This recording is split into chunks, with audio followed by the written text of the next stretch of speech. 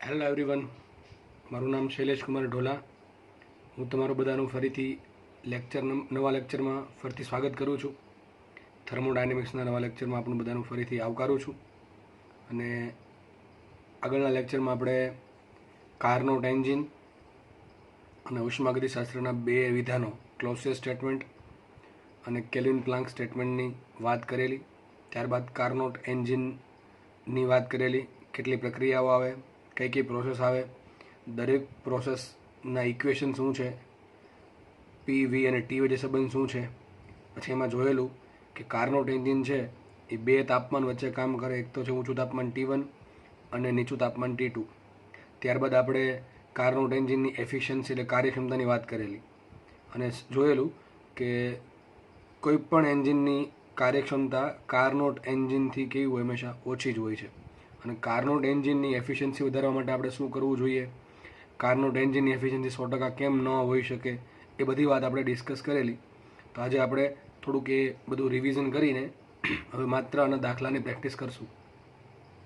તો જે દાખલા ઓલરેડી પૂછાઈ ગયેલા છે એ પણ જોશું અને જે હમણાં નવા પૂછાવાના છે એ પણ જોશું. ટૂંકમાં તમામ પ્રકારના દાખલાની પ્રેક્ટિસ કરશું અને ત્યારબાદ આ ટોપિકને આપણે અહીંયા વિરામ આપશું. તો જોઈએ, ચલો શું કાલે જોયેલું અથવા આની પહેલાંના લેક્ચરમાં શું જોયેલું તો આપણે ફરીથી તમને ભણાવી દઉં છું.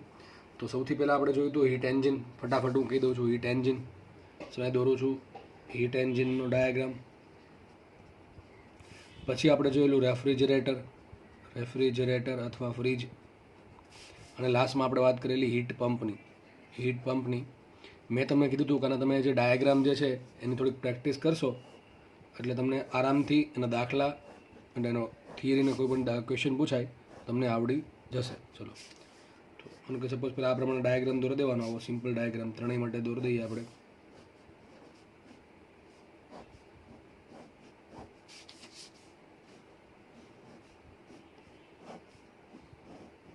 જુઓ, પહેલાં હીટ એન્જિનની વાત કરીએ. હવે સમજો કોન્સેપ્ટ શું છે. મારું એન્જિન ચાલે છે તો એન્જિનને હું શું કરીશ, પેટ્રોલ આપીશ. પેટ્રોલનું શું થશે, દહન થશે. પેટ્રોલનું દહન થવાથી મને ઉષ્મા મળશે. સપોઝ કે ઉષ્મા મળે છે Q1. કેટલી મળે છે, Q1. અને કમ્બશન થયું એટલે કે તાપમાન કેવું છે, ઊંચું. તો અહીં ઊંચું તાપમાનવાળો એક સોર્સ છે, અથવા પ્રાપ્તિ સ્થાન છે. અને તાપમાન T1 છે. એમાંથી ઉષ્મા લઉં છું હું Q1 ઉષ્માનો યુઝ કરીને એન્જિને ધારો કે W જેટલું કાર્ય કર્યું. હવે બધી જ ઉષ્મા જે છે એનું કાર્યમાં રૂપાંતરણ થઈ શકે નહીં. થોડીક ઉષ્મા બહાર પણ કાઢવી પડશે એન્જિનમાંથી, બરાબર છે. કયા સ્ટેટમેન્ટ અનુસાર, કેલ્વિન પ્લાન્ક સ્ટેટમેન્ટ અનુસાર, કે ભાઈ બધી ઉષ્માનું કાર્યમાં રૂપાંતરણ થઈ શકે નહીં. ધારો કે Q2 જેટલી ઉષ્મા બહાર આવી, જેમાં આવે છે એને કહેવાય સિંક. શું કહેવાય, જેમાં આવે છે ઉષ્મા ગુમાવે છે એન્જિન, એને કહેવાશે સિંક. અને ધારો કે સિંકનું તાપમાન છે નીચું અને નીચું તાપમાન કેટલું છે, સપોઝ કે T2, બરાબર છે. પછી વાત કરીએ આપણે એની એફિશિયન્સીની. એફિશિયન્સી શું આવશે, હીટ એન્જિનની એફિશિયન્સી શું આવશે, 1 - Q2/Q1, અથવા કેટલું આઉટપુટ છે W છેદમાં ઇનપુટ કેટલું Q1. તો આ થઈ ગયું સૂત્ર કોનું, હીટ એન્જિનના કાર્યનું, ક્ષમતાનું. અને જે હજુ શું લખાય, લખાશે શું, W બરાબર લખાશે Q1 - Q2 અથવા Q1 બરાબર W + Q2. ચલો, હીટ એન્જિન અહીંયા પૂરું કરીએ. નેક્સ્ટ વાત કરીએ રેફ્રિજરેટરની. તો રેફ્રિજરેટરમાં મારો મેઇન કોન્સેપ્ટ શું છે કે ભાઈ અંદર જે જગ્યા મારે ઠંડી રાખવી છે એમાંથી મારે હીટનું શોષણ કરવું પડે. તો સપોઝ કે ધારો કે લખવું હોય નીચું તાપમાન કેટલું, T2. કેટલું છે, T2 છે. સપોઝ કે આ મારું રેફ્રિજરેટરનો અંદરનો ભાગ છે તો એની અંદર નીચું તાપમાન કેમ રહે, કારણ કે એમાંથી હું હીટ શોષી લઉં. ધારો કે હું Q2 જેટલી હીટ શોષું છું. હવે Q2 જેટલી હીટ શોષવા માટે મારે ફ્રીજ પર કાર્ય કરવું પડશે. ધારો કે W જેટલું કાર્ય કર્યું અને કુલ હીટ ગુમાવે છે Q1 જેટલી, ક્યાં, વાતાવરણમાં અથવા ઊંચા તાપમાનના સોર્સમાં. તો ઊંચું તાપમાન ધરાવતું સોર્સ અથવા સિંક જે કહેવાય, આ તાપમાન સપોઝ કે T1 છે. તમે જોઈ શકો છો એક્ઝેક્ટ ડાયાગ્રામ ઓપોઝિટ આવે છે હીટ એન્જિનનો અને રેફ્રિજરેટરનો. અહીંયા ફ્રીજવાળો ભાગ મારો આ છે, આ મારો ફ્રીજવાળો ભાગ છે. હવે ફ્રીજ માટે એફિશિયન્સી નહીં આવે, ફ્રીજ માટે આવશે COP. શું આવશે, COP કોને કહેવાય, શું જોઈએ છે અને એ મેળવવા માટે તમે શું આપો છો, બેનો ભાગાકાર. તો શું જોઈએ છે મારે, ઠંડક જોઈએ છે. ઠંડક કેટલી મળશે, જેટલી હું ફ્રીજના અંદરના ભાગ માટે હીટનું શોષણ કરીશ, કે Q2, જેટલું Q2 વધારે હશે એટલી ઠંડક વધારે છે. તો ટૂંકમાં શું જોઈએ છે, ઠંડક માટે શું થાય, Q2 મારે એક્સ્ટ્રેક્ટ કરવું પડે, અંદરથી બહાર કાઢવું પડે, બરાબર છે. અને એના માટે હું શું આપું છું, હું આપું છું કાર્ય. તો મારા માટે થઈ ગયું W. સૂત્ર શું છે COPનું, COP of refrigerator is equal two શું આવશે, Q2 ના છેદમાં. અહીંયા પણ એવું સાબિત થાય કે ડબલ્યુ પ્લસ Q2 બરાબર Q. જોઈને ખબર પડી જાય કે ડબલ્યુ આવે છે, Q2 આવે છે, બે ભેગા થઈને Q1 બહાર જાય છે. તો ડબલ્યુ પ્લસ Q2 બરાબર Q1. તો શું આવશે? ડબલ્યુ બરાબર Q1 માઇનસ Q2. અને આપણે જોયું હતું રેફ્રિજરેટરની જે COP જે છે એની કિંમત 1 કરતાં ઓછી હોઈ શકે, COPની કિંમત 1 પણ હોઈ શકે, અને COPની કિંમત 1 કરતાં વધારે હોઈ શકે. અને COPનું ફૂલ ફોર્મ છે કોફિશિયન્ટ ઓફ પરફોર્મન્સ. તો જેટલી બી રેફ્રિજરેટરની COP વધારે હશે એટલું ફ્રીજ સારું કામ કરે એમ કહેવાય. કારણ કે જેમ COP વધશે એમ બહારથી કાર્ય ઓછું કરવું પડે અને ઠંડક ધીમે ધીમે અંદર વધતી જશે. બરાબર છે. અને લાસ્ટમાં આપણે વાત કરી હતી કે રેફ્રિજરેટરની COP અને સેમ તાપમાનના ગાળા માટે કામ કરતા રેફ્રિજરેટર અને સેમ તાપમાનના ગાળા માટે કામ કરતા હીટ એન્જિન, ત્રણેયમાં જો ઉષ્માનો વિનિમય કાર્ય અને કાર્ય જો સમાન હોય તો એવું સાબિત કરી શકાય કે રેફ્રિજરેટરની COP બરાબર શું થાય? 1 માઇનસ ઈટા અપોન ઈટા. બરાબર છે. આપણે આ સાબિત કરેલું હતું. જ્યાં એફિશિયન્સી શું છે? આ એફિશિયન્સી શું છે? કાર્નોટ એન્જિનની એફિશિયન્સી શું છે? કાર્નોટ એન્જિનની એફિશિયન્સી છે. અને લાસ્ટમાં વાત કરીએ હીટ પંપની. તો હીટ પંપને ફ્રીજમાં કોઈ ફરક નથી. ડાયાગ્રામ સેમ આવશે. અહીંયા આવશે ઊંચું તાપમાન T1, એમાં હીટ મળે છે Q1, હીટ મેળવવા માટે કાર્ય કર્યું W, અને હીટનું શોષણ કર્યું Q2. અહીંયા આવશે નીચું તાપમાન T2. તો જુઓ તમે હીટ પંપનો યુઝ ક્યાં થાય કે એવી જગ્યાઓ કે જ્યાં બહુ ઠંડી પડતી હોય અને તાપમાન માઇનસમાં હોય અથવા બહુ ઝીરોની નજીક હોય તેવી જગ્યાએ ઠંડીનું કોઈ કામ નથી. એવી જગ્યાએ રૂમની અંદર ગરમી ઉત્પન્ન કરવા માટે હીટ પંપનો યુઝ થાય છે. ટૂંકમાં રેફ્રિજરેટર અને હીટ પંપ, રેફ્રિજરેટર શું કામ થાય? યુઝ ઠંડક મેળવવા માટે, અને હીટ પંપ શું થાય? હીટ મેળવવા માટે, ગરમી મેળવવા માટે. તો આનો યુઝ આપણે ભારત દેશમાં તો બહુ ઓછો થાય. બરાબર, આપણે રેફ્રિજરેટરનો યુઝ કરવો પડે. અને જે નોર્ધન કન્ટ્રી જે છે, નોર્ધન કન્ટ્રી ખબર પડે ને, જે એકદમ નોર્થ પોલની નજીકમાં જે છે કે ત્યાં ઘણો બધો બરફ આવેલો છે. તે બરફવાળા પ્રદેશમાં તાપમાન બહુ ઓછું હોય. ખાસ કરીને રશિયા છે, કેનેડા છે, USA છે, નોર્વે, ફિનલેન્ડ, સ્વીડન, બધી કન્ટ્રી છે. તો ત્યાં તાપમાન બહુ ઓછું રહે, ઓલરેડી તાપમાન બહુ ઓછું હોય. તો ઓછા તાપમાનમાં શું કરવું પડે? હીટ મેળવવા માટે હીટ પંપનો યુઝ થાય છે. તો જો રૂમને શું કરવાનું છે? ગરમ કરવાનું છે. રૂમ ગરમ ક્યારે થાય? તો રૂમ ગરમ થાય જો એમાં ઉષ્મા નાખવામાં આવે તો. અને રૂમ ઠંડી ક્યારે થાય? એમાંથી ઉષ્મા કાઢી લેવામાં આવે તો. યાદ રાખો, ફ્રીજમાંથી આપણે ઉષ્મા કાઢીએ તો મારા માટે Q2 કામનું છે. એ મારો ફ્રીજવાળો ભાગ આ છે અને આ ભાગ વાતાવરણનો છે. અને એનાથી ઉલટું હીટ પંપમાં આપણે ઉષ્મા નાખવી પડે. તો જો અહીંથી ઉષ્મા કાઢું છું તો હકીકત મારા માટે અહીંથી ઉષ્મા કાઢું છું તો આ તો ઠંડુ હશે. તો મારા માટે ગરમ ભાગ કયો હશે? આ હશે. તો મારા માટે ગરમ ભાગ હશે આ. એનું કારણ શું? કે હું અંદર ઉષ્મા આપું છું Q1. તો યાદ રાખો, હીટ પંપમાં મારા માટે ફોકસવાળો ભાગ કયો છે? ઊંચું તાપમાન ધરાવતો T1 ભાગ. અને ફ્રીજમાં મારા માટે ફોકસનો ભાગ કયો છે? નીચું તાપમાન ધરાવતો T2 ભાગ. તો જો બેના ડાયાગ્રામ એક્ઝેક્ટલી સેમ જ છે. બેના ડાયાગ્રામ એક્ઝેક્ટલી સેમ છે. બરાબર છે. પરંતુ બેમાં ફોકસ કોના પર થાય? તો ફ્રીજમાં થશે ક્યાં? નીચા તાપમાન ધરાવતા T2 તાપમાનના સોર્સ પર, અને અહીંયા થશે ઊંચું તાપમાન ધરાવતા T1 વાળા કમ્પાર્ટમેન્ટમાં. તો આ થઈ ગયું મારા માટે હીટ પંપ વાળો ભાગ. ટૂંકમાં તમે એને રૂમ ગણી શકો. વાતાવરણમાંથી ઉષ્મા લેશે Q2, ઉપર કાર્ય કર્યું W, અને બધી ઉષ્મા લઈને ક્યાં આપી દેશે? એને પેલા જે અંદર જે કમ્પાર્ટમેન્ટ ગરમ કરવાનો છે, તો સપોઝ કે રૂમ, તો રૂમને આપી દેશે. તો અહીંયા COP શું આવે? તો COP કોને કહેવાય? હીટ પંપની COP કોને કહેવાય? શું જોઈએ છે અને છેદમાં એના માટે તમે શું આપો છો? તો અહીંયા મારે શું જોઈએ છે? ગરમી જોઈએ છે. હીટ પંપમાં શું જોઈએ છે? ગરમી જોઈએ છે. તો ગરમી એટલે શું થાય? જેટલી અંદર હીટ આવશે, રૂમમાં જેટલી હીટ આવશે એટલી ગરમી વધશે. તો શું આવશે અહીંયા? Q1. તો શું જોઈએ છે? Q1. અને છેદમાં એના માટે મેં શું આપ્યું? કાર્ય કર્યું. એ તો આવશે W. બરાબર છે. તો શું લખી શકાય? COP ઇઝ ઇક્વલ ટુ શું આવશે? Q1 ના છેદમાં W શું હોય? Q1 minus Q2. અને મેં તમને કીધું તો આગળના માટે થઈ ગઈ હીટ પંપ HP, હરક પદોડો. બરાબર છે. તો COP HP કેટલા આવશે? Q1 ના છેદમાં Q1 માઇનસ Q2. આપણે તમને ખબર છે, આપણે મેં કાલ સાબિત કર્યું હતું લાસ્ટ લેક્ચરમાં કે તમે રેફ્રિજરેટરની જે COP છે એમાં એક ઉમેરશો તો તમને હીટ પંપની COP મળી જશે. તો આપણે એક સૂત્ર આવ્યું હતું, હીટ પંપની COP of HP is equal two શું આવશે? COP of refrigerator +1. તો આ સૂત્ર તમારે યાદ રાખવું. બરાબર છે. તો અહીંયા આપણે આટલું જોયું હતું. અને લાસ્ટમાં આપણે શું જોયું હતું? તમારે આ બધી વસ્તુ તમારે યાદ રાખવી જોઈએ. દરેકે દરેક કોન્સેપ્ટ, દરેકનો એરો કેમ ક્યાં આવે છે, કેમ ઉષ્મા બહાર નીકળે છે, કેમાં ઉષ્મા આવે છે. અને મેન છે ને, ઘણા બે મિક્સ કરી દે છે, હીટ એન્જિન અને હીટ પંપને. અરે ભાઈ, એન્જિન છે, એન્જિન કાર્ય કરે. અને હીટ પંપ શું છે? ગરમી આપવા માટે, ટૂંકમાં રૂમને ગરમ કરવા માટે વપરાતું એક ડિવાઇસ છે કે જેનાથી ગરમી ઉત્પન્ન થઈ તેના માટે કાર્ય કરવું પડે. તો ટૂંકમાં બેને કાંઈ લેવા દેવા જ નથી એકબીજા જોડે. બરાબર છે. ચલો, તો આપણે આટલું જોયું હતું. લાસ્ટમાં વાત કરી દે કાર્નોટ એન્જિનની. તો કાર્નોટ એન્જિનમાં શું હતું? તો 4 પ્રોસેસ હતી. એ ફરીથી રિપીટ નહીં કરું. એક પ્રોસેસ કઈ હતી? સમતાપી વિસ્તરણ. પછી બીજી કઈ હતી? બીજી કઈ હતી બોલો? સમતાપી વિસ્તરણ. પછી કઈ હતી? સમતાપી સંકોચન. લાસ્ટમાં હતી કઈ? સમોષ્મી સંકોચન. તો આ પ્રમાણે 4 પ્રોસેસ હતી. તમને 4 પ્રોસેસ સમજાવેલી છે. એનું કાર્ય તો આટલું જે કાર્ય છે પીવી, આ કોનો આલેખ છે? પીવીનો આલેખ છે. કોનો છે? પી વિરુદ્ધ વીનો આલેખ છે. તો પી વિરુદ્ધ વીના આલેખમાં જે આ જે ચક્રીય 4 પ્રોસેસ છે, સમતાપી વિસ્તરણ, સમોષ્મી વિસ્તરણ, સમતાપી સંકોચન અને લાસ્ટમાં સમોષ્મી સંકોચન. તો આ જે 4 પ્રોસેસ વડે જે એરિયા ઘેરાય છે એ શું આપશે? કાર્ય. તો આ કાર્ય આવશે W, બરાબર છે. અને અહીંયા આ એક ચક્રીય પ્રક્રિયા છે. તો ચક્રીય પ્રક્રિયા માટે ઉષ્માનો વિનિમય થાય છે Q. અને Q શું હશે? તો અહીંથી ઉષ્મા Q1 જેટલી મેળવશે એન્જિન અને અહીંથી Q2 જેટલી ઉષ્મા ગુમાવશે. તો Q શું આવશે? નેટ Q શું આવશે? Q1 - Q2. તો આવું સાબિત થાય. W બરાબર Q1 - Q2. અને એફિશિયન્સી શું હોય? કેટલું આઉટપુટ છે, તો કેટલું કાર્ય કરે છે? W. અને છેદમાં કેટલી ઉષ્મા આપી આપણે Q1. કેટલી આપી છે? Q1. આ Q2 છે વાતાવરણમાં ગુમાવે છે. આ પાછી મને મળશે નહીં, કારણ કે વાતાવરણમાં તમે માનો કે એક ચાયની પ્યાલી છે, એ પ્યાલી તમે ટેબલ પર મૂકી દો, ગરમ ચાયની પ્યાલી, બરાબર છે. હવે ચા ધીમે ધીમે શું થાય? ઠંડી થાય. ઠંડી કેમ થાય? ચા છે એ પોતે ઉષ્મા ગુમાવે છે.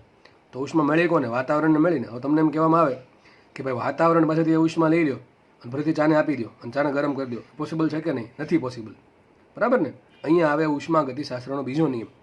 ઉષ્માગતિશાસ્ત્રનો પહેલો નિયમ જે છે, હું તો કહું બહુ ઇઝી લેવલનો નિયમ છે, પણ ઉષ્માગતિશાસ્ત્રનો બીજો નિયમ પોતે ઘણા બધા ચેપ્ટરનો સમૂહ છે.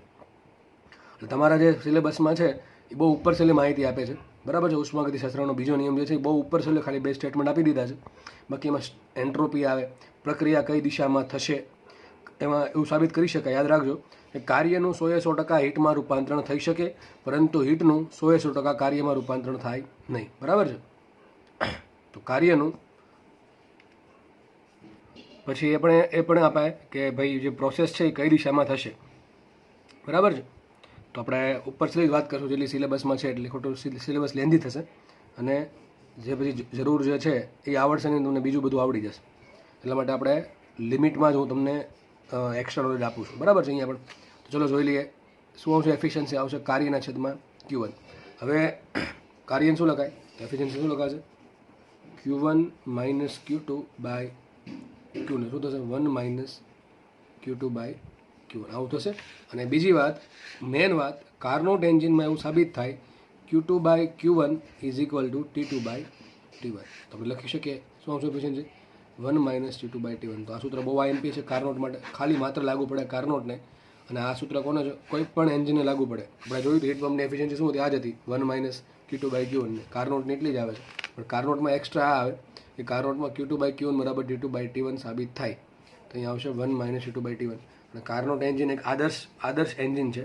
એવું હકીકત કોઈ પ્રેક્ટિકલમાં એન્જિન નથી, પણ આ ખાલી પેપર પર બનાવેલું છે કે જો જે એન્જિન છે એમાં જો આ ટાઈપની 4 પ્રક્રિયાઓ કરવામાં આવે તો એ મહત્તમ એફિશિયન્સી આપશે, મહત્તમ કાર્યક્ષમતા આપશે. પણ કાર્નોટ એન્જિન બનાવવું ઇમ્પોસિબલ છે. એનું રીઝન છે કે કાર્નોટ એન્જિનમાં આપણે બધા જ પ્રકારના જે લોસ છે એ લોસ અવગણેલા છે, બરાબર. ઘણા બધા લોસ થાય, ફ્રિક્શન લોસ થાય પિસ્ટન અને સિલિન્ડર વચ્ચે, હીટ લોસ થાય, એન્જિન ગરમ થઈ જાય એટલે હીટ લોસ થાય. પછી થોડુંક તમારું શું કહેવાય, કુલન્ટ જે હોય અંદર, જે એન્જિન ગરમ થઈ જાય, બહુ તાપમાન બહુ ઊંચું એટલે એન્જિન ગરમ થઈ જાય એટલે કુલન્ટ યુઝ કરે, તો કુલન્ટ પણ પોતે અમુક ઉષ્મા લઈ જાય, બરાબર છે. પછી જ્યારે જેટલું પેટ્રોલમાં જે એનર્જી છે એમાંથી અમુક પેટ્રોલની એનર્જી તો આપણે ધુમાડા માટે મારફતે બહાર કાઢી નાખીએ છીએ, બરાબર છે. હા, તો ઘણી બધી એનર્જી તો એમાં વેસ્ટ થઈ જાય. પછી આગળ વાત કરીએ તો કુલન્ટ પોતે અમુક ઉષ્મા લઈ લે છે, એન્જિન પોતે અમુક ઉષ્મા લઈ લે છે, અને ફ્રિક્શન લોસ બીજા બધા ઘણા બધા ટાઈપના હોય છે. એટલા માટે હંમેશા કાર્નોટ એન્જિન જે છે એની એફિશિયન્સી સૌથી વધારે આવે છે. કાર્નોટમાં આપણે આ બધું ગણતા નથી, બરાબર છે. જે પ્રેક્ટિકલમાં જે એન્જિન હોય એમાં ઘણા બધા લોસ કન્સિડર કરવા પડે. એટલે યાદ રાખો હંમેશા કે પ્રેક્ટિકલમાં જે એન્જિન યુઝ થાય છે એની એફિશિયન્સી કાર્નોટ એન્જિન કરતાં હંમેશા ઓછી જ હોય. તો કાર્નોટ એન્જિનની એફિશિયન્સી કોઈ પણ એન્જિનની એફિશિયન્સી કરતાં હંમેશા વધારે હોય છે. અને કાર્નોટ એન્જિનની જો એફિશિયન્સી વધારે હોય તો શું કરવું પડે? તાપમાન T2 ઘટાડવું પડે, તાપમાન T1 વધારવું પડે. ટૂંકમાં જેમાં હીટ ગુમાવે છે એનું તાપમાન બહુ ઓછું રાખવું પડે, અને જે હીટ મેળવે છે, જેમાંથી હીટ મેળવે છે એન્જિન પ્રાપ્તિ સ્થાન, એનું તાપમાન જેમ બને એમ વધારે હોય તો એફિશિયન્સી વધે. અને એમાં તમને કહી દઉં, જેટલું માનો કે તમારા પાસે 2 રસ્તા છે, T2 ઘટાડો, T1 વધારો. એમાં ફાયદાકારક શું છે? અરે ભાઈ T2 ઘટાડો એ, હવે T1 તો કેટલું વધારી શકાય? થોડું ઇન્ફિનિટી કરી શકવાના. કારણ કે પછી જે એન્જિન જે છે એનું મટીરિયલ પણ સહન કરી શકવું જોઈએ ને. અંદર જે પેટ્રોલનું જે કમ્બશન થાય અથવા કોઈ પણ જે ફ્યુલ છે એનું કમ્બશન થાય તો હીટ જનરેટ થાય તો તાપમાન વધશે. પણ તાપમાન જે વધશે એ તમારા એન્જિનના જે કમ્પોનન્ટ છે, જે બધા શું કહેવાય મટીરિયલ જે છે એન્જિનનું, એ પણ સહન કરી શકવું જોઈએ. તો આપણા માટે મેન શું હોવું જોઈએ કે જે એન્જિન ગુમાવે છે, જે એન્જિન ઉષ્મા ગુમાવે છે, એ ઉષ્મા ઓછામાં ઓછા તાપમાને ગુમાવી શકે. આપણે આ કરી શકીએ. એના માટે ઘણા બધા હવે તો ટેકનોલોજી આવી ગઈ છે, એડવાન્સ ટેકનોલોજી. એના માટે સુપર ચાર્જર યુઝ કરે, ટર્બો ચાર્જર યુઝ કરે. તમે સાંભળ્યું હશે કે સુપર ચાર્જ એન્જિન છે કે ટર્બો ચાર્જ એન્જિન છે. તો આ બધા એન્જિનમાં જે ટર્બો ચાર્જર કે સુપર ચાર્જર છે એ શું કરે છે, જે સાયલેન્સર મારફતે જે હીટ બહાર જાય છે એ હીટનો યુઝ કરે જે હવા જે છે એને પ્રી હીટ કરવામાં. તો પેલી જે હવા આપણે એન્જિનમાં આપવી પડે એને ગરમ કરીને મોકલે, એટલા માટે એની ડેન્સિટી વધી જાય, ડેન્સિટી ઘટી જાય, એટલા માટે એ સારું પરફોર્મન્સ આપી શકે. તો આ પ્રમાણે કાર્નોટ એન્જિન જોયું. એની એફિશિયન્સી શું હોય ખાસ યાદ રાખવાનું છે, 1 - T2/T1. અને મેન સૂત્ર આ છે Q2/Q1 = T2/T1. બરાબર. તો આપણે અહીંયા થિયરી આટલી ભણેલા. આના પરથી આપણે માત્ર ને માત્ર હવે દાખલાની પ્રેક્ટિસ કરીશું. તો તમને આટલી જો માહિતી હશે સારી રીતે, દાખલો કોઈ બી દાખલો આવે, કદાચ જી એડવાન્સનો દાખલો આવે તો તમે આરામથી એને સોલ્વ કરી શકશો. પણ આટલી બધી નોલેજ થોડુંક હોવું જોઈએ. પણ આમાં તમે ગોખેલું હશે તો તકલીફ તો રહેશે. એટલે જ કહું છું, ગોખવું નહીં, સમજવું વધારે. બરાબર છે. ચલો આપણે દાખલા સ્ટાર્ટ કરીએ. તો પહેલો દાખલો ગણીએ આપણે. શું છે જો, હવે સમજજો વ્યવસ્થિત રીતે. દાખલામાં એકદમ લલ્લુપપ્પુ જેવા દાખલા પૂછાય તમને આમાંથી, કારણ કે મોસ્ટલી બધો ડેટા આપી દીધો હોય છે. અને એફિશિયન્સી શોધવાનું કહે કે COP શોધવાનું કહે કે Q2 આપી દીધું હોય, Q1 આપી દીધું હોય, W શોધવાનું કહે. તો એવા સિમ્પલ દાખલા ટૂંકમાં હોય. ચલો આપણે દાખલા જોઈએ. જુઓ, 40% ક્ષમતાના કાર્નોટ એન્જિનની ઠારણ વ્યવસ્થાનું તાપમાન 300 કેલ્વિન છે. મને બે વસ્તુ આપી દીધી. એક તો એફિશિયન્સી આપી દીધી 40%. ઓકે, ચલો. અને ઠારણ વ્યવસ્થા, કાર્નોટ એન્જિનની વાત છે, ટૂંકમાં એન્જિનની વાત છે, સમજો. ટૂંકમાં હીટ એન્જિનની વાત આવશે. અને બધું કાર્નોટ એન્જિન, સમજ પડે ને. તો એન્જિન એટલે સૂત્ર કોનું આવશે? એફિશિયન્સીનું. અને એમાં ઉપરથી કાર્નોટ એન્જિનનું મતલબ સાબિત શું થાય? Q2/Q1 = T2/T1. એમાં ઠારણ વ્યવસ્થાનું તાપમાન 300 કેલ્વિન. ટૂંકમાં તમને શું આપ્યું છે? T2 આપ્યું 300 કેલ્વિન. ઓકે. આ તાપમાન અચલ રાખીને, એટલે કયું ટૂંકમાં ઠારણ વ્યવસ્થાનું તાપમાન અચલ રાખીને તેની ક્ષમતા 60% કરવાની. એટલે ક્ષમતા કેટલી હતી? 40% હતી. હવે કેટલી કરવાની છે? 60% કરવાની છે. કરવા માટે ઉષ્મા પ્રાપ્તિ સ્થાન, એટલે શું થાય? જ્યાંથી ઉષ્મા મેળવે છે, ટૂંકમાં કોનું? ઊંચા તાપમાન ધરાવતા સ્ત્રોતનું તાપમાન કેટલું વધારવું જોઈએ. તો દાખલો એકદમ ઇઝી દાખલો છે. ચલો હું તમને કહી દઉં. કાર્નોટ એન્જિનની એફિશિયન્સી શું આવે? બોલો, સૂત્ર શું આવશે? 1 - Q2/Q1. શું આવશે? 1 - Q2/Q1. પણ એ કાર્નોટ એન્જિન છે. કાર્નોટ એન્જિન માટે શું લખાય? કાર્નોટ એન્જિન માટે લખાય Q2/Q1 = T2/T1. સૂત્ર શું આવશે? 1 - T2/T1. T2 છે ઠારણ વ્યવસ્થાનું તાપમાન, T1 છે સ્ત્રોતનું તાપમાન. તો જુઓ, પહેલાં શું કહે છે? જ્યારે 40% ક્ષમતા હોય ત્યારે ઠારણ વ્યવસ્થાનું તાપમાન 300 કેલ્વિન છે. તો હું મૂકું, ચલો 40% શું મૂકું? 40% જગ્યાએ શું મૂકવું પડે? 0.4 મૂકવું પડે. શું મૂકવું પડે? 0.4. કારણ કે તમે અહીંયા જો 100% વડે ગુણો તો અહીં 40% મૂકવાના. પણ ખાલી એફિશિયન્સી જ રાખો તો શું મૂકવું પડે? 40% ભાગ્યા 100. તો શું અહીં આન્સર આવશે? 40% ભાગ્યા 100 શું કહેવાય? અહીં કિંમત મૂકે 0.4. શું આવશે? 0.4 = 40%. શું કીધું મેં? 40% ભાગ્યા શું થશે? 0.4 = 1 એમ આવશે માઇનસ T2 તમને આપેલા છે 300 કેલ્વિન. કેટલા છે? 300. તો છેદમાં 300 છેદમાં T1. એક કામ કરે, T1 શોધી નાખે. કારણ કે તાપમાન કેટલું વધારવું પડે શોધવું છે. તો વધારવું પડે કઈ રીતે મળશે?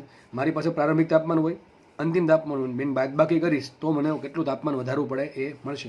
તો ટૂંકમાં T1 શોધી નાખું. તો એક કામ કરીએ, આ 300 વાળું પદ આ બાજુ લાવું ને 0.4 ને આ બાજુ લાવું. તો થશે શું? 300 છેદમાં T1 = 1 - 0.4. બટ 1 - 0.4 = 0.6. તો સાબિત શું થયું? T1 બરાબર શું આવશે? T1 બરાબર જો આ પોઈન્ટ છે છેદમાં આવશે, T1 અહીંયા આવે શું થાય? 300 છેદમાં 0.6. કેટલા આવ્યા? 300 છેદમાં 0.6. આ પોઈન્ટ છે ને શું કહેવાય? એનો ફાયદો આમ કરી દો, 6/10. શું કહેવાય? 6/10. ક્યાં જશે? 10 ઉપર. તો શું લખાશે? 3000 છેદમાં 6. આ તો આરામથી આવડી જાય. 6 × 35 ને શું થાય? 500. તો T1 કેટલા આવશે? 500. હવે એકમ કેવો લખવો? Always kelvin. કેવો લખવો? કેલ્વિન. અને જેટલી ગણતરી કરો એમાં તાપમાન શેમાં મૂકવાનું? કેલ્વિનમાં. અહીં તાપમાન કેલ્વિનમાં જ આપેલું છે એટલે આપણે ફેરવું નહીં. જો અહીંયા 27 ડિગ્રી આપ્યું હોત તો આપણે એને પહેલાં 300 કેલ્વિનમાં ફેરવવા પડે. ચલો, તો શરૂઆતમાં તાપમાન કેટલું હતું? 500 કેલ્વિન. તો જો મને બે વસ્તુ ખબર પડી ગઈ કે મારું જે ઊંચું તાપમાન છે 500 કેલ્વિન છે, નીચું તાપમાન જે છે એ 300 કેલ્વિન છે, અને ત્યારે મને ક્ષમતા મળે છે 40%. હવે એક કામ કરું, હું શું કરું છું? જુઓ, આ તાપમાન એટલે કયું 300 કેલ્વિન વાળું, ટૂંકમાં આ જે T2 છે એને અચલ રાખું છું. સમજો T2 જે છે એને અચલ રાખું છું અને મારે ક્ષમતા વધારવી છે. પહેલાં હતી 40%, હવે કરવી છે 60%. તો મેં તમે કીધું ક્ષમતા કઈ રીતે વધે, T2 ઘટાડો તો અને T1 વધારો તો. અહીંયા કયો રસ્તો વાપરે છે? જો ક્ષમતા વધારવા માટે T1 ને વધારે છે. શું કરે છે? T1 ને વધારે છે. હવે T1 ને વધારે છે, T2 અચળ છે, T1 વધારે છે, છેદ થયો મોટો અને જવાબ ઘટશે તો એકમાંથી બાદ થશે ઓછું, અને જો એકમાંથી ઓછું બાદ થાય તો ક્ષમતા વધશે. તો ટૂંકમાં મારે 60% ક્ષમતા કરવી હોય તો T1 વધારવું પડે. તો નેક્સ્ટ કેસ આપણે ડિસ્કસ કરીએ. સૂત્ર શું એફિશિયન્સીનું? Efficiency is equal to 1 minus T2 upon T1. આ તો ખબર છે બધાને, કાર્નોટ એન્જિન માટે n ઇઝ ઇક્વલ ટુ અથવા efficiency is equal to 1 minus T2 by T1. ક્ષમતા કેટલી કરવાની છે? 60%. તો શું મૂકીએ? 60% ને 100 વડે ભાગી નાખો. શું આવશે? 0.6. 0.6 બરાબર 1 માઇનસ T2 તો કેવા રાખવાનું છે? અચળ. T2 કેવા છે? અચળ છે. ટૂંકમાં કેટલા મૂકશું? 300. અને ધારો કે T1 ને કહી દઉં T1 ડેશ, એટલે આપણને કેટલું હતું? T1 હતું. હવે કરી નાખું સપોઝ કે વધારીને T1 ડેશ. બરાબર છે? ચલો શોધીએ આપણે. તો કામ કરીએ, ફટાફટ ગણ નાખીએ. તો 300 છેદમાં T1 ડેશ આ બાજુ લાવું, 300 છેદમાં T1 ડેશ લાવીએ આ બાજુ, અને 0.6 જશે આ બાજુ. તો શું થશે? 1 માઇનસ 0.6, બટ 1 માઇનસ 0.6 ઇઝ 0.4. અને વાત કરી દઈએ આ 0.4 ક્યાં આવશે? આ બાજુ. T1 ડેશ જશે આ બાજુ, માટે T1 dash is equal two શું આવશે? 300 ના છેદમાં 0.4. 0.4 ને શું કહેવાય? 4 ભાગ્યા 10. શું લખાશે? 3000 છેદમાં 4. હવે જુઓ 30 ભાગ્યા 4 ડાયરેક્ટ આવડે તો કરી દેવાય, 7.5 કરી દેવાય, અથવા આમ વિચારવાનું 30 ભાગ્યા 4 છે એને શું કહેવાય? 15 ભાગ્યા 2, અને 15 ભાગ્યા 2 શું આવે? 7.5. 7.5 ગુણ્યા 2 મિનિટ કેટલા થાય? 750. તો માટે શું આવશે? T1 ડેશ બરાબર કેટલા આવશે? 750 કેલ્વિન. ટૂંકમાં જુઓ, શરૂઆતમાં ઊંચા પ્રાપ્તિ સ્થાનમાંથી જે ઉષ્મા મેળવાતી હતી એ હતી 500 કેલ્વિન તાપમાને. પણ હવે જો તમારે ક્ષમતા 60% કરવી હોય, T2 અચળ રાખીને તમારે ક્ષમતા 60% કરવી હોય, તો તમારે હવે ઊંચા પ્રાપ્તિ સ્થાનમાંથી ઉષ્મા મેળવવી પડે 750 કેલ્વિન તાપમાને. તો શું સાબિત થયું? ક્ષમતા 60% કરવા માટે ઉષ્મા પ્રાપ્તિ સ્થાન એટલે કે સ્ત્રોતનું તાપમાન કેટલું વધારવું પડે? તો કેટલું વધારવું પડે? 250 કેલ્વિન. કેટલું વધારવું પડે? 750 કેલ્વિન તો છે, આટલું તો કરવું પડે. તો પહેલાં હતું 500 કેલ્વિન, હવે ક્ષમતા 60% કરવી હોય તો મારે તાપમાન કરવું પડે 750 કેલ્વિન. તો કેટલું વધારવું પડશે? 250 કેલ્વિન. તમારા આન્સર આ પ્રમાણે લખવાનું કે ઉષ્મા અને ક્ષમતા 60% કરવા માટે સ્ત્રોતનું તાપમાન કેટલું વધારવું પડે? 250 કેલ્વિન વધારવું પડે, અથવા 250 ડિગ્રી સેન્ટીગ્રેડ વધારવું પડે. કારણ કે તાપમાનનો ફેરફાર સેન્ટીગ્રેડમાં અને કેલ્વિનમાં કેવો હોય? સરખો હોય. તો તાપમાન 250 ડિગ્રી સેન્ટીગ્રેડ વધારવું પડે અથવા 250 કેલ્વિન વધારવું પડે. તો દાખલો અહીંયા સોલ્વ થાય છે. આવા દાખલા તમારા જીમાં અને નીટમાં બંનેમાં પૂછાય છે. બરાબર છે? ચલો આગળ વાત કરીએ. જો દાખલો સમજો, ઉષ્મા એન્જિન. જો ઉષ્મા એન્જિન ટૂંકમાં હીટ એન્જિન કહેવાય. ઇંગ્લિશમાં શું કહેવાય? Heat engine. હીટ એન્જિને કરેલા કાર્ય કરતાં 5મા ભાગની ઉષ્મા ગુમાવે છે. ટૂંકમાં શું કહે છે? હીટ એન્જિન જેટલું કાર્ય કરે છે એનાથી 5મા ભાગની ઉષ્મા ગુમાવી દે છે. હું ફટાફટ દોરી દઉં હીટ એન્જિન, તો આ પ્રમાણે આવશે ને. હીટ એન્જિન કાર્ય કરે, હીટ એન્જિન ઉષ્મા મેળવશે Q1 અને ગુમાવશે કેટલી? Q2. તો આ દાખલો શું કહે છે? હીટ એન્જિન કરેલા કાર્ય, ધારો કે કરેલું કાર્ય W છે, તો W કરતાં 5મા ભાગ એટલે શું થશે? W ભાગ્યા 5. W કરતાં 5મા ભાગની ઉષ્મા ગુમાવે છે. ગુમાવે છે કઈ? Q2 ને. એટલે આ Q શું કહે છે? Q2 બરાબર W ના છેદમાં 5 આપ્યું. શું કહે છે અહીંયા? ટૂંકમાં Q2 બરાબર W ના છેદમાં 5 છે. માટે સાબિત શું થાય? W બરાબર શું આવશે? 5Q2. શું લખાય? W બરાબર 5Q2. સમજ ન પડી, ફરીથી કહી દઉં. ઉષ્મા એન્જિન કરેલા કાર્ય કરતાં 5મા ભાગની ઉષ્મા ગુમાવે છે. જેટલું કાર્ય કરે છે એની 5મા ભાગની ઉષ્મા ગુમાવે તો સાબિત શું થયું? ગુમાવેલી ઉષ્મા બરાબર કાર્ય છેદમાં 5. તો કાર્ય બરાબર શું થાય? 5 ગુણ્યા Q2. આટલી સમજ પડી ગઈ? તો પહેલો ક્વેશ્ચન છે એફિશિયન્સી કેટલી હશે. હવે આપણને સંબંધ ખબર છે. Q1 બરાબર શું લખાય? Q1 બરાબર લખાય W પ્લસ Q2. શું લખાય? તો લખી દઉં અહીંયા Q1 બરાબર W પ્લસ Q2. બરાબર ને. માટે Q1 બરાબર W ની જગ્યાએ શું લખું? 5Q2. શું લખું? 5Q2 plus Q2. એટલે સાબિત શું થયું? Q1 હશે કેટલા? 6 ટાઈમ્સ Q2. કેટલા હશે? 6 ટાઈમ Q2. આપણે એક કામ કરીએ, પહેલાં એફિશિયન્સી શોધી નાખીએ. તો એફિશિયન્સી બરાબર શું લખાય? 1 માઇનસ Q2 અપોન Q1. શું લખાય? 1 minus Q2 upon Q1 is equal to 1 minus Q2 શું છે? તો Q2 રાખીએ, અને Q1 શું છે? 6Q2. શું છે? 6Q2. તો Q2 કેન્સલ થશે. શું આવશે અહીંયા? 1 માઇનસ 1 અપોન 6. હવે 6 અહીંયા ગુણો તો 6 1 6 માઇનસ 1 5 ભાગ્યા 6. તો કેટલી આવશે એફિશિયન્સી? એફિશિયન્સી આવશે 5/6. આ તમને શેમાં આન્સર મળશે? પોઈન્ટમાં. પણ તમને જે ઓપ્શન આપ્યા હશે એ મોસ્ટલી 99% કેસમાં શેમાં હશે? પર્સન્ટેજમાં હશે. તો શું કરીએ? આને 100% વડે ગુણી દઈએ.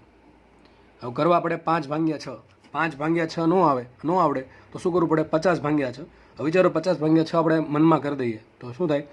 8 છંગ 48 એટલે 48 આવશે. ઉપર આવશે કેટલા 8 વધશે 2 એટલે 6 તેરી 18 અને પાછા વધશે 2 એટલે 6 તેરી ટૂંકમાં આવું આવશે. શું આવશે 83.33%. શું આવે આન્સર 83.33%. આ ગણતરી તમને આવડી જવી જોઈએ.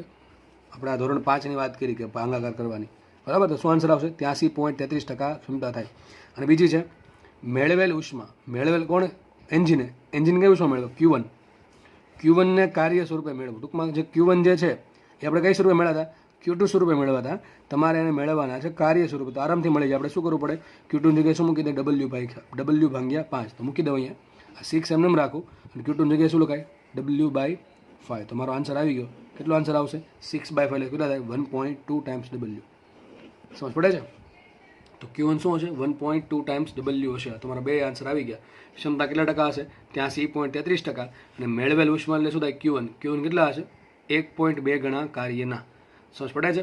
અને Q2 શું હશે 0.2 ગણા. શું હશે 0.2 ટાઈમ્સ W. શું થાય 0.2 ટાઈમ્સ W થાય. સમજ પડે છે. ચલો તો આગળ વધી. આ દાખલો જો એકદમ ઇઝી દાખલા છે ને આવા દાખલા તમને પૂછાય છે. નેક્સ્ટ દાખલાની વાત કરીએ. નેક્સ્ટ દાખલો રેફ્રિજરેટર માટે છે. વાંચીએ. રેફ્રિજરેટર માટે COP5 છે. તે એક ચક્ર દરમિયાન ઠારણ વ્યવસ્થામાંથી 200 જૂલ ઉષ્માનું શોષણ કરે છે. ઓકે, તો બે ક્વેશ્ચન છે. તો કાર્ય કેટલું થાય? જો કે હકીકત આ કાર્ય કેટલું કરવું પડે એમ પૂછવા માંગે છે કે કેટલું કાર્ય કરવું પડે રેફ્રિજરેટર પર. અને બીજું છે ઊંચા તાપમાનવાળા સ્ત્રોતમાં કેટલી ઉષ્મા મુક્ત થાય છે. તો આપણે રેફ્રિજરેટર આપણે દોરી દઈએ ફટાફટ. તો આ પ્રમાણે ડાયાગ્રામ આવશે એનો. ધારો કે આ નીચું તાપમાનવાળો સ્ત્રોત છે T2 તાપમાને, ઊંચું તાપમાનવાળો સ્ત્રોત છે T1 તાપમાને. રેફ્રિજરેટર સપોઝ અહીંયા છે તો અહીંથી ઉષ્મા લેશે. કેટલી લેશે Q2 લેશે. ઉપરથી કાર્ય થાય કેટલું W. ગુમાવશે કેટલી Q1. તો તમને આપ્યું શું COP આપી 5 તો લખાય COP બરાબર 5. કેટલી આપી COP 5 છેદમાં તે શું કર્યું તે એક ચક્ર દરમિયાન ઠારણ વ્યવસ્થામાંથી 200 જૂલ ઉષ્મા શોષણ કરે છે. ટૂંકમાં આ ઠારણ વ્યવસ્થા અહીંયા છે એમાંથી કેટલી ઉષ્મા શોષણ કર્યું 200. ટૂંકમાં સાબિત શું થયું Q2 કેટલા આપ્યા તમને 200. Q2 200 આપ્યા છે. તમારે કાર્ય અને કેટલી ઉષ્મા મુક્ત કરે ટૂંકમાં Q1 શોધવાનું છે. તો COP નું સૂત્ર બધાને ખબર હોવી જોઈએ. ન હોય તો આપણે બનાવવાનું. COP કોને કહેવાય? શું જોઈએ છે તો ફ્રીજમાં જોઈએ છે ઠંડક એટલે Q2 છેદમાં શું આપ્યું W. બરાબર છે. તો આપણે કામ કરીએ W ને કરતા બનાવો. સભી શું થાય W બરાબર શું લખાશે W બરાબર લખાશે Q2 ના છેદમાં COP. શું લખાશે Q2 ના છેદમાં COP.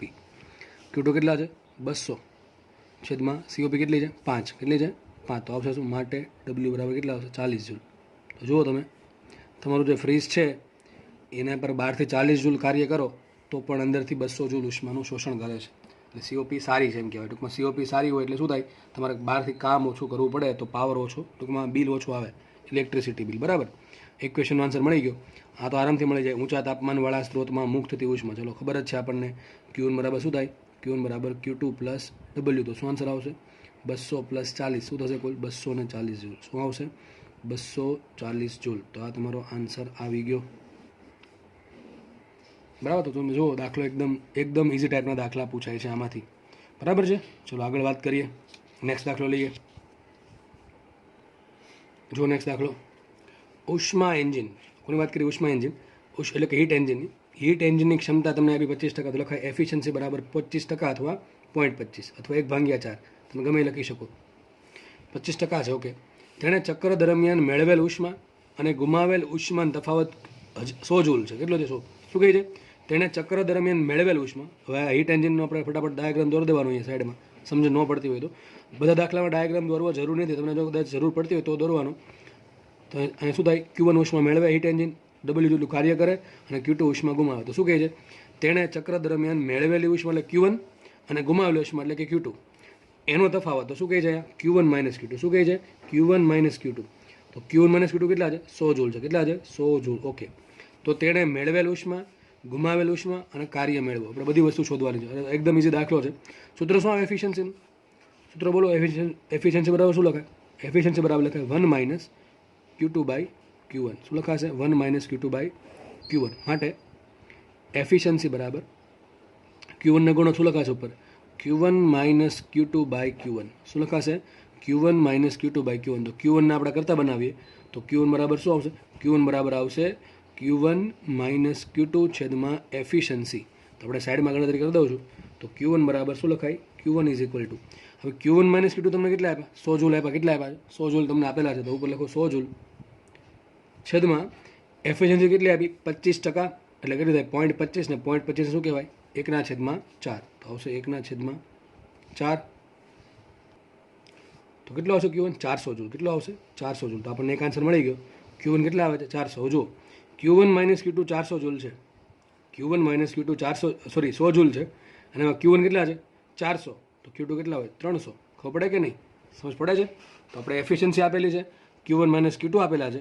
એના પરથી આપણે શું મૂક્યું? સૂત્ર મૂક્યું એફિશિયન્સીનું, 1 minus Q2 by Q1. Q1 ને ગુણ્યા અહીંયા Q1 minus Q2 by Q1. બરાબર છે? આમાં સૌથી મોટું એફિશિયન્સી છે. ટૂંકમાં સૂત્ર કોનું મૂકવાનું? એફિશિયન્સીનું. તો Q1 માઇનસ Q2 તમને 100 જૂલ આપી દીધા. ઓકે, ચલો 100 જૂલ મૂકી દીધા. Q1 શું આવશે? Q1 શોધવાના છે, ટૂંકમાં કરતા બનાવ્યો. તો Q1 બરાબર લખાશે Q1 માઇનસ Q2 છેદમાં એફિશિયન્સી. તફાવત તમને આપ્યો 100 જૂલ. એફિશિયન્સી છે 1/4 તો 4 ક્યાં જાય? ઉપર. તો શું આવશે? Q1 બરાબર 400 જૂલ. હવે મને Q1 માઇનસ Q2 બરાબર 100 જૂલ આપેલા છે. તો Q1 બરાબર Q2 ને કરતા બનાવો. Q2 બરાબર શું લખાય? Q1 minus 100. આ તો સિમ્પલ ગણિતની વાત છે. તો શું આવશે આન્સર? Q2 બરાબર આવશે 300 જૂલ. હવે જો Q1 400 જૂલ છે, Q2 કેટલા છે? 300 જૂલ. તો કાર્ય કેટલું મળે? અરે ભાઈ કાર્ય જ છે. Q1 માઇનસ Q2 શું કહેવાય? કાર્ય. બરાબર છે? સાઈડમાં ગણી દઉં તમને કેટલી કઈ વસ્તુ તમને આપેલી છે. તો આપણને Q1 મળ્યા 400 જૂલ.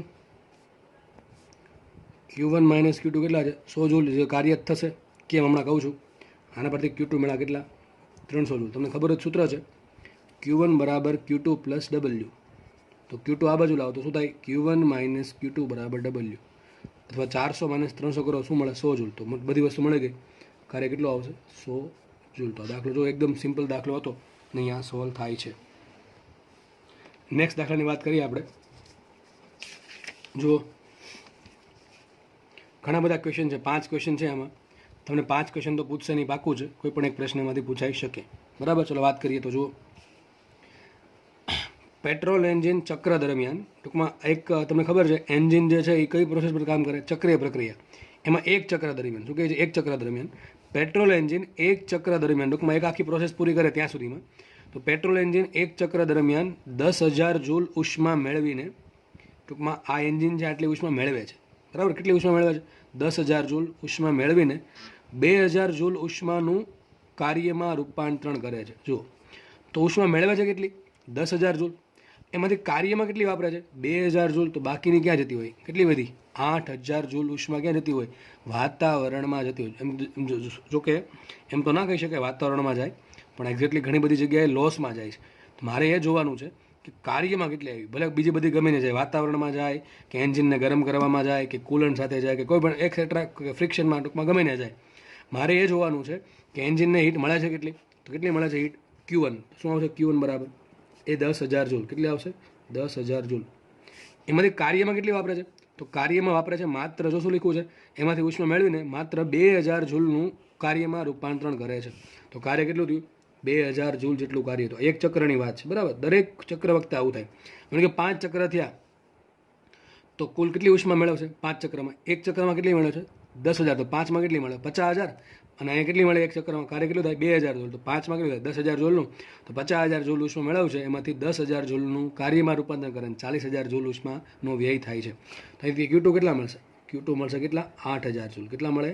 8,000 જૂલ ઉષ્માનું ગુમાવશે. ટૂંકમાં કોઈ બી રીતે ગુમાવશે. ચલો, પેટ્રોલ માટે તમને L આપેલું છે. L શું કહેવાય? બધાને ખબર જ છે. લેટેન્ટ હીટ ઓફ વેપરાઇઝેશન. કેટલું આવશે અહીંયા? 5×10⁴ જૂલ પર ગ્રામ. શેમાં છે? જૂલ પર ગ્રામમાં. ટૂંકમાં 1 ગ્રામ પેટ્રોલનું જો પ્રવાહીમાંથી વાયુમાં રૂપાંતરણ થાય તો આટલી ઉષ્મા એ શું કરશે? આટલી ઉષ્મા જોશે ને કેટલી? 5×10⁴ જૂલ જેટલી ઉષ્માની જરૂર પડે. બરાબર છે? તો આટલું જો પેટ્રોલ સળગશે તો આટલી ઉષ્મા એને મળશે. આગળ વાત કરીએ તો પહેલો ક્વેશ્ચન શું છે? એફિશિયન્સી. તો પહેલાં એફિશિયન્સી મેળવી લઈએ. કોને કહેવાય એફિશિયન્સી? બોલો ચલો. કોઈ પણ એન્જિન માટે એફિશિયન્સી શું હોય? 1 માઇનસ Q2 બાય Q. તો બીજું સૂત્ર શું આવે? કેટલું કાર્ય કરો છો છેદમાં કેટલી હીટ આપી છે. આના પરથી આરામથી એફિશિયન્સી મળે. શું છે એફિશિયન્સી? કાર્ય કેટલું છે? 2,000 જૂલ છેદમાં કુલ કેટલું આવશે? 10,000. અને એફિશિયન્સી આપણે ટકામાં મેળવી છે તો શું કરવું? 100% વડે ગુણી નાખો તો માટે કેટલી આવશે એફિશિયન્સી? બોલો 20% આવે. કેટલી આવે? આ 3 મીંડા અહીંથી ઉડી જશે. બરાબર છે? અને 1 મીંડું એટલે શું છે? 20%.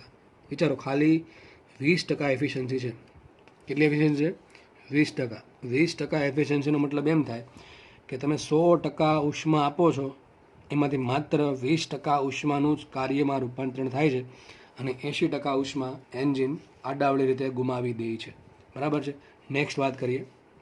ઠારણ વ્યવસ્થામાં 3 ચક્ર દરમિયાન મુક્ત થતી ઉષ્મા. તો જુઓ શું કહે છે, ઠારણ વ્યવસ્થા એટલે કે નીચા તાપમાનમાં 3 ચક્ર દરમિયાન કુલ કેટલી ઉષ્મા મુક્ત થાય. આપણે અહીંયા જોયું એક ચક્રમાં મેળવે કેટલી 10,000, એક ચક્રમાં કાર્ય કેટલું કરે 2,000 અને એક ચક્રમાં મુક્ત કેટલી કરે ઠારણ વ્યવસ્થામાં 8,000. તો લખી નખાય એક ચક્રમાં કેટલી મુક્ત કરે, એક ચક્રમાં મુક્ત કેટલી કરે છે શેમાં, ઠારણ વ્યવસ્થામાં. ઠારણ વ્યવસ્થા કેટલી કરે છે 8,000 જૂલ ને, કેટલી આવશે 8,000 જૂલ. તો 3 ચક્રમાં કેટલી કરે, અરે ભાઈ કેટલી આવશે કુલ Q2 3 ચક્રમાં, 3 ચક્ર દરમિયાન Q2 કેટલા આવશે 8 તેરી 24,000 જૂલ. તો સિમ્પલ વાત છે. તો 3 ચક્ર દરમિયાન કેટલી કરે 24,000 જૂલ, 2 ચક્રમાં 16,000 જૂલ, બરાબર ને, અને એક ચક્રમાં કેટલી કરે 8,000 જૂલ. 3 ચક્રમાં ઉષ્મા મેળવે કેટલી 30,000 જૂલ, 3 ચક્રમાં કાર્ય કેટલું કરે 6,000 જૂલ, બરાબર. તો આ પ્રમાણે દાખલાનો આન્સર આવી જાય. નેક્સ્ટ ક્વેશ્ચન સારો છે. 2 ચક્ર દરમિયાન કેટલા ગ્રામ પેટ્રોલ વપરાય. જુઓ 2 ચક્ર દરમિયાન કેટલા ગ્રામ પેટ્રોલ વપરાશે. હવે પેટ્રોલ વપરાય કઈ રીતે, તો પેટ્રોલ પ્રવાહી સ્વરૂપમાં આમ તો ગેસિયસ ફોર્મમાં હશે, બરાબર છે. એનું શું કરશું આપણે, એનું પેલું આપણે સ્પાર્ક પ્લગની મદદથી એનું કમ્બશન થવાથી ઉષ્મા મળશે. કેટલી ઉષ્મા મળે તો જો લખ્યું છે 1 ગ્રામ પેટ્રોલના કમ્બશનથી કેટલી ઉષ્મા મળે 5×10⁴ જૂલ. 1 ગ્રામ પેટ્રોલથી કેટલી ઉષ્મા મળે 5×10⁴ જૂલ. હવે આ ઉષ્મા કોને મળે છે, એન્જિનને મળશે. જો એન્જિન આ શું દાખલો કહે છે, એક ચક્ર દરમિયાન 10,000 જૂલ ઉષ્મા મળે છે. આ ક્યાંથી મળતી હશે, હકીકતે પેટ્રોલના કમ્બશનથી, પેટ્રોલના દહનથી ઉષ્મા મળે છે.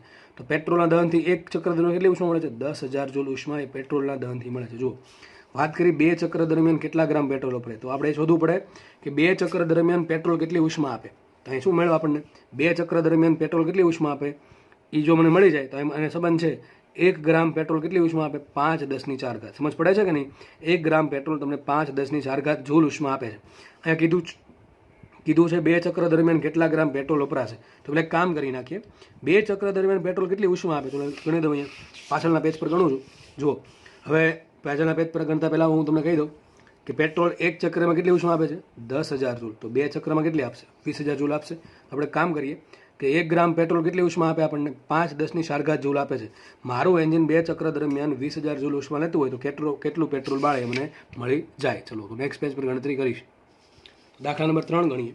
તો અમારે એમાં શોધવાનું છે 2 ચક્ર દરમિયાન પેટ્રોલ કેટલી ઉષ્મા, કેટલા ગ્રામ પેટ્રોલ વપરાશે. તો આપણે જોઈ લઈએ 2 ચક્ર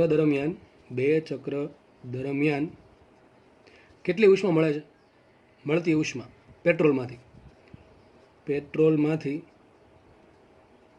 મળતી ઉષ્મા કેટલી છે, તો કે એક ચક્ર દરમિયાન 10,000 જૂલ ઉષ્મા મળે તો બે ચક્ર દરમિયાન શું મળશે 20,000 જૂલ ઉષ્મા મને પેટ્રોલમાંથી મળતી હોય.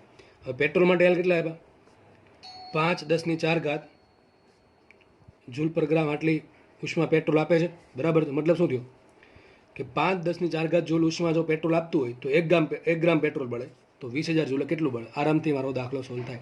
તો મુખ્ય ત્રિપદી બરાબર છે. તો તમે આ પણ સૂત્ર વાપરી શકો Q = ml. કયું વાપરી શકો Q = ml. એ સૂત્ર આમ જ મળશે. Q કેટલા મૂકવાના 20,000 જૂલ, એમ તમારે શોધવાનું છે ને એલ કેટલા મૂકી દેવાના 5×10⁴ મૂકશો એટલે તમને શું મળે એમ મળી જાય. અથવા તમે આમ કરી શકો, મેં કીધું એમ કે ભાઈ 5×10⁴ જૂલ ઉષ્મા વેડફાય તો 1 ગ્રામ પેટ્રોલ બળતું હોય તો 20,000 ને શું કહેવાય 2×10⁴. શું કહેવાય 2×10⁴. તો 20,000 એટલે કે 2×10⁴ જૂલ ઉષ્મા જો વેડફાતી હોય તો કેટલા ગ્રામ પેટ્રોલ બળે, માટે એમ કેટલા આવશે તો 2×10⁴ ગુણ્યા 1/5×10⁴. તો શું આવશે 2×10⁴ ગુણ્યા 1 ગ્રામ છેદમાં 5×10⁴.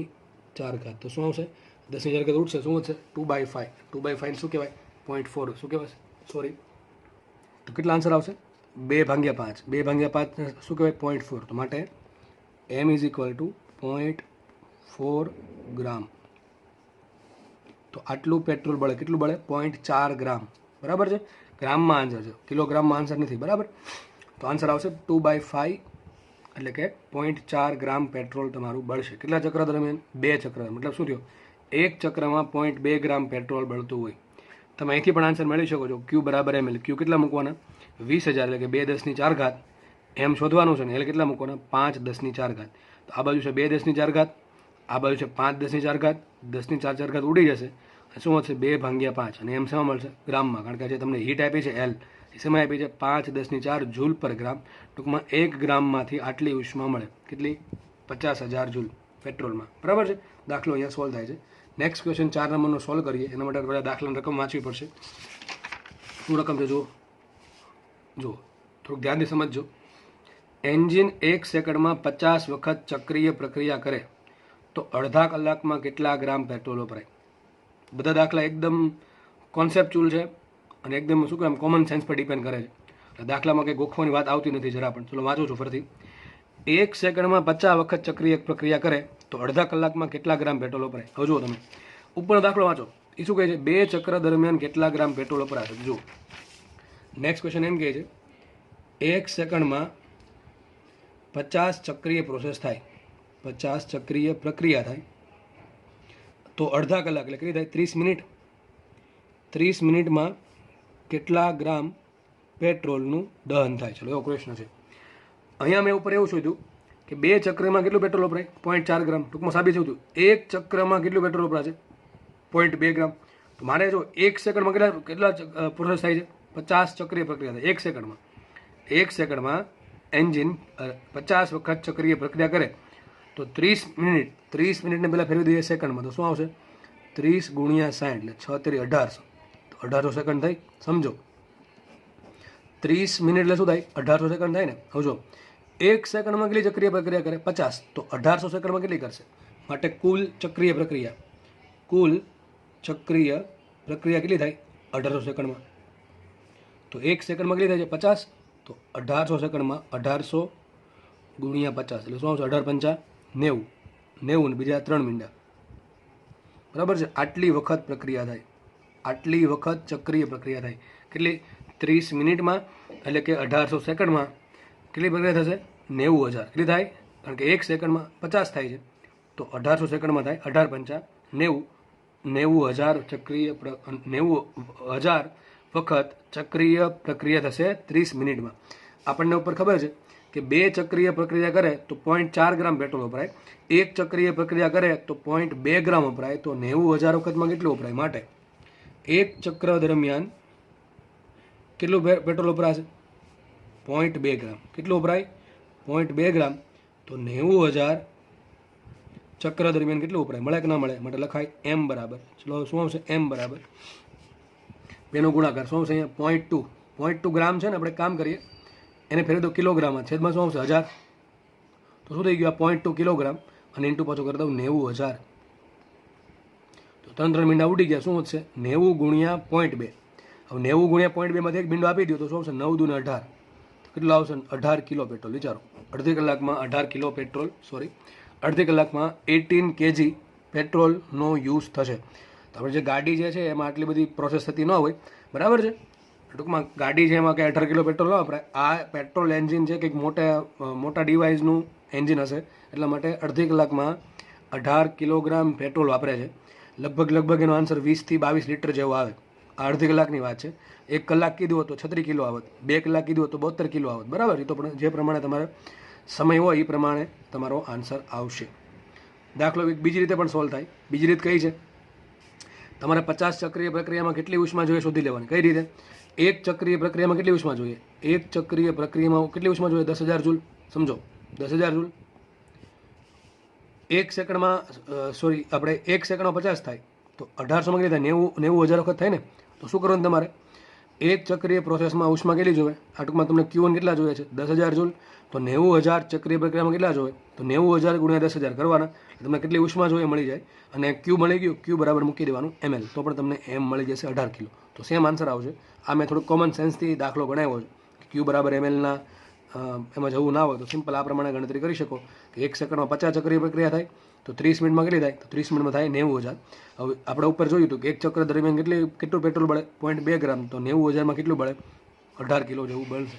તો શું થાય 18 કિલો પર 30 મિનિટ અથવા 18 કિલો પર 1800 સેકન્ડ અથવા 18 કિલો પર 1/2 અવર. બરાબર છે. ચોથો દાખલો અહીંયા પૂરો થાય છે અને લાસ્ટ દાખલાની વાત કરીએ આપણે. જુઓ 1 સેકન્ડમાં એન્જિન કેટલો પાવર ઉત્પન્ન કરે.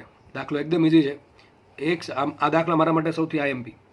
કારણ કે મારે એ જાણવું છે કે એન્જિન પાવર કેટલો ઉત્પન્ન કરે છે. આટલું બધું પેટ્રોલ બાળે છે તો પાવર કેટલો ઉત્પન્ન કરે આપણે શોધી નાખીએ. ચલો 1 સેકન્ડમાં એન્જિન કેટલો પાવર ઉત્પન્ન કરે. પાવર એચપીમાં આપણે મેળવો, એવું લખ્યું છે પાવર એચપીમાં આપણે મેળવો. આપણે કામ કરીએ, અલગ પેજમાં દાખલો કરી દઉં છું, એ જગ્યા નથી એટલા માટે. જુઓ તો ક્વેશ્ચન આન્સર નંબર 5. 1 સેકન્ડમાં એન્જિન કેટલો પાવર ઉત્પન્ન કરે. ચલો પાવર શોધવાનો છે. પાવર કોને કહેવાય?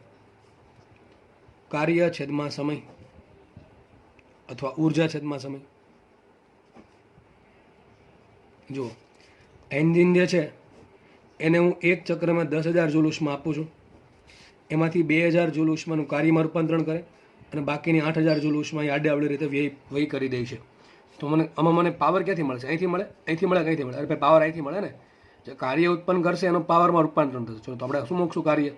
તો શું આવશે કાર્ય? માટે પાવર બરાબર કાર્ય કેટલું છે? 2,000 છેદમાં 1 સેકન્ડ. કેટલું આવશે? 2,000 જૂલ છેદમાં 1 સેકન્ડ. પણ આ તમારો આન્સર ખોટો આવશે. કારણ શું? આ 2,000 જૂલ કાર્ય 1 સેકન્ડમાં થોડું ઉત્પન્ન કરે છે. આ તો એક ચક્રમાં એટલી ઉષ્મા આટલું કાર્ય આપે છે. તો લખવું પડે, એ ભૂલ છે. શું લખવું પડે? એક ચક્ર દરમિયાન કેટલું કાર્ય કરે? 2,000 જૂલનું. કેટલું કાર્ય કરે? 2,000 જૂલનું. 1 સેકન્ડમાં કેટલા ચક્ર પૂરા કરે? હમણાં લખું હતું એક ચક્રમાં 50 ચક્ર. સોરી, 1 સેકન્ડમાં 1 સેકન્ડમાં કેટલા ચક્ર પૂરા કરે છે? 50 વખત. સમજ પડે છે કે નહીં? એક ચક્ર દરમિયાન કાર્ય મળે છે 2,000 જૂલ. 1 સેકન્ડમાં 50 વખત જે ચક્રીય પ્રોસેસ કરે છે. તો એક વખત ચક્રીય પ્રોસેસ કરે તો 2,000 જૂલ ઉષ્મા મળતી હોય તો 50 વખત કરે તો કેટલું કાર્ય મળે? તો માટે કુલ કાર્ય બરાબર શું આવશે? એક વખત ચક્રીય પ્રોસેસ કરે તો મળે 2,000 જૂલ. તો 50 વખત કરે 1 સેકન્ડમાં કેટલું મળશે? 50 ગુણ્યા 2,000 કેટલા આવશે? 5 દૂ 10, બીજા 4 મીંડા ને કેટલા આવશે? 10⁵ જૂલ. કેટલું કાર્ય કરે કુલ? 10⁵ જૂલ. તો મારું એન્જિન આટલું કાર્ય કરશે 10⁵ જૂલ જેટલું. તો પાવર શોધીએ આપણે. માટે પાવર બરાબર શું આવશે? પાવર બરાબર કાર્યના છેદમાં સમય. કાર્ય કેટલું છે? 1 સેકન્ડમાં 10⁵ જૂલ છેદમાં 1 સેકન્ડ. તો શું આવશે? આ વિચારો, જૂલ પર સેકન્ડને શું કહેવાય? વોટ. તો શું આવશે? 10⁵ વોટ. એટલે શું કહેવાય? 100 કિલોવોટ. શું થાય? 100 કિલોવોટ. તો એન્જિન આટલો પાવર ઉત્પન્ન કરે, ટૂંકમાં સારો પાવર ઉત્પન્ન કરે છે. 100 કિલોવોટ અથવા 0.1 મેગાવોટનો આમ પણ લખી શકો તમે. પાવર કેટલો હશે? 0.1 મેગાવોટ. તો આટલો પાવર 1 સેકન્ડમાં ઉત્પન્ન કરે છે. સોરી, આટલો પાવર ઉત્પન્ન કરે છે 1 સેકન્ડમાં. તો આટલો ઉષ્મા ઉત્પન્ન કરે કેટલી? 10⁵ સેકન્ડ. તો પાવર તમને કેટલો મળશે એન્જિનમાંથી? 100 કિલોવોટ. હવે એક કામ કરવાનું છે, આ પાવર આપણે એચપીમાં મેળવવાનો છે. સમય મેળવવાનો છે એચપીમાં. એચપી એટલે ફરીથી પાછો હરક પદુડો નહીં. એચપીનો મતલબ શું થાય? Horse power. શું થાય? એચપી એટલે હોર્સ પાવર. તમારે પાવર શોધવાનો છે હોર્સ પાવરમાં. તો સંબંધ ખબર હોવી જોઈએ. 1 એચપી બરાબર એક્ઝેક્ટલી થાય 746 વોટ. કેટલું થાય? 746 વોટ. આપણે રફલી કેલ્ક્યુલેશન માટે લઈએ 750 વોટ. તો હું અહીંયા 1 એચપી બરાબર 750 વોટ મૂકું છું. જુઓ આ કેટલા છે? 100 કિલોવોટ છે ને. તો અહીં મૂકી દેવાની ત્રિપદી કે 750 વોટ હોય તો અહીં 1 એચપી થાય. તો કેટલા છે અહીંયા? 100 કિલોવોટે કેટલા એચપી? તો શું આવશે? માટે કુલ એચપી કેટલા મળશે? 100 કિલોવોટ બરાબર ને. આ બેનો ગુણાકાર છેદમાં 750.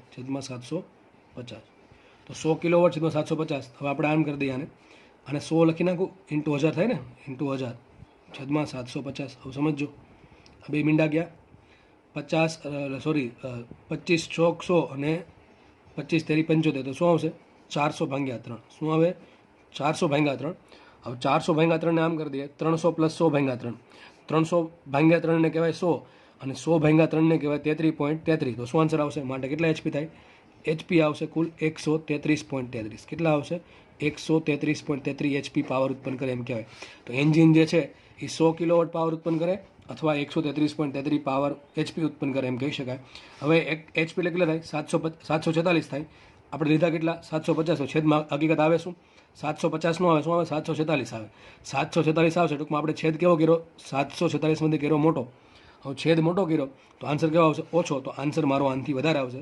રફલી ધારો કે 134 એચપી. શું આવશે? 134 એચપી. મતલબ શું થયો? એન્જિન જે છે એ 1 સેકન્ડમાં 100 કિલોવોટનો પાવર ઉત્પન્ન કરે અથવા લગભગ કેટલો કરે? 134 એચપીનો પાવર ઉત્પન્ન કરશે. દાખલો અહીંયા આખો સોલ્વ થાય છે. દાખલો સારો હતો કારણ કે ઘણા બધા ક્વેશ્ચન છે.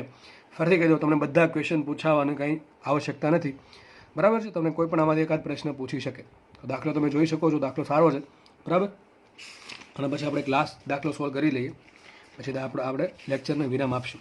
જુઓ દાખલો, જેમાં પૂછેલ દાખલો છે, શું કહે છે દાખલો? કાર્નોટ એન્જિનની ક્ષમતા 100% હોતી નથી, કારણ કે તો આપણે કામ કરીએ. કાર્નોટ એન્જિનની ક્ષમતાનું સૂત્ર શું આવે?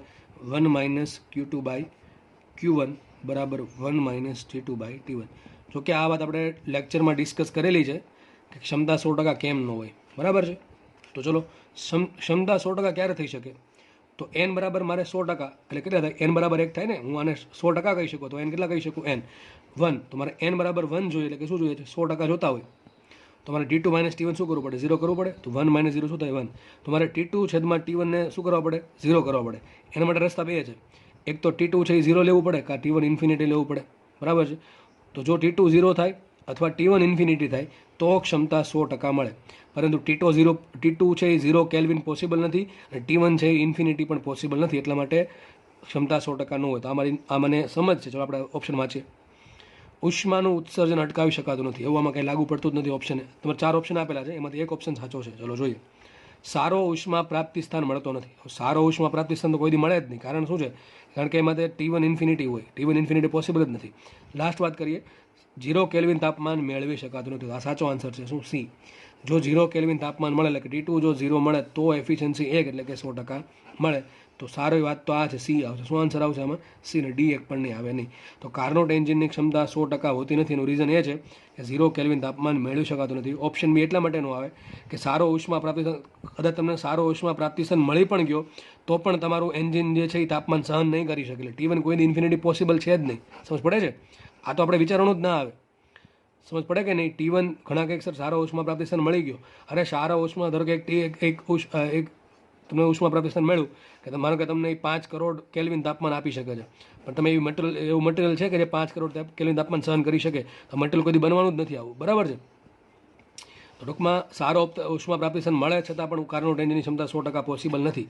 તો મેઇન રીઝન શું આવશે? 0 કેલ્વિન તાપમાન મેળવી શકાતું નથી. જો 0 કેલ્વિન તાપમાન મેળવી શકાય તો તમે ક્ષમતા તમારી 100% થઈ શકે, પણ 0 કેલ્વિન પોસિબલ નથી. એટલા માટે શું આન્સર આવશે? સી આન્સર આવશે આમાં, કે સારો ઉષ્મા 0 કેલ્વિન તાપમાન મેળવી શકાતું ન હોવાથી T2 કોઈ દી 0 નહીં થાય, અને જો T2 0 નહીં થાય તો એફિશિયન્સી 100% મળે નહીં, એટલે કે એફિશિયન્સી 1 મળે નહીં. તો લેક્ચર આપણે અહીંયા રાખીએ આટલો. નેક્સ્ટ લેક્ચરમાં પણ તમને હવે જીના પૂછેલા દાખલા અને નીટના પૂછેલા દાખલાનો આપણે પ્રેક્ટિસ કરીશું. તો લેક્ચર સાથે બન્યા રહેવું, અને જો લેક્ચર સારો લાગતા હોય તો તમે એને જરૂરથી શેર અને સબસ્ક્રાઈબ કરો ચેનલને, અને લેક્ચરને લાઇક પણ કરી શકો છો. Thank you so much.